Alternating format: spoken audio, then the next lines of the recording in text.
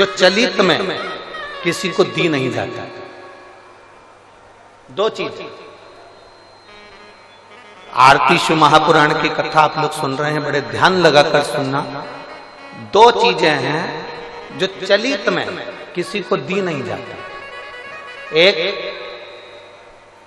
अपने घर का तवा, तवा जानते हो जिस पे रोटी बनाते हो, कोरा तवा है, उस पर आपने कभी रोटी नहीं बनाई है तो आप किसी को दे सकते हो, मना नहीं।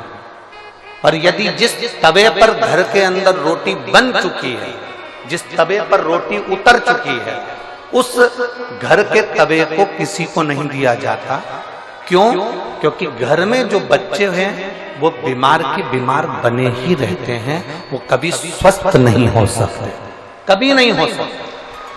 अगर एक बच्चा बीमार है तो दूसरा ठीक होगा, दूसरा बीमार है तो तीसरा ठीक होगा, तीसरा है तो चौथा बीमार पड़ेगा, ये निश्चित। दो चीजें चलित में किसी को नहीं दी जाती, एक तवा, दूसरे नंबर की कढ़ाई। घर में जो कढ़ाई होती है जिसमें आप सब्जी बना ली है, कोई सामग्री तल ली आपने, पूड़ी बना ली, कोई सब्जी बना ली, कोई हलवा बना लिया, सीरा बना लिया, कोई पदार्थ बना लिया। कोरी कढ़ाई है ना, आपकी मर्जी पड़े उसको दे दो, चलेगा। कोरी कढ़ाई है ना, आप किसी को भी दे सकते हो। पर जिस कढ़ाई में आपने भोजन का निर्माण कर लिया है, जिस कढ़ाई में आपने कभी भी एक बार भी अगर कुछ बना लिया है, तो वो किसी को गिफ्ट में या किसी को दान में या किसी को दी नहीं जाती।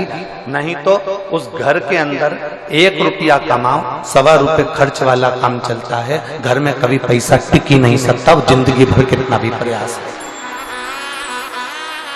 वो अपने जीवन में कितना भी प्रयास कर ले, घर में पैसा नहीं टिकेगा। वो भले कुबेर का खजाना लेकर आ जाए, चाहे वो दुनिया का भंडार भर कर ले जाए, पैसा आएगा जाएगा, घर के अंदर टिक नहीं होगा। दो चीजें चलित में दी नहीं जाती।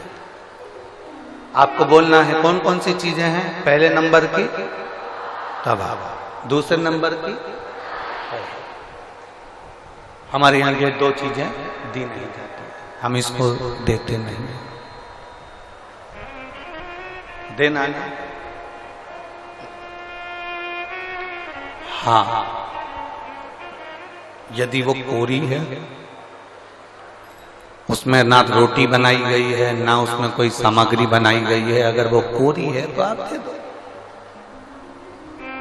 पर यदि एक बार भी अगर वो प्रयोग में आई है तो वो नहीं, उसको देते नहीं, उसको दिया नहीं जाता। शिव पुराण।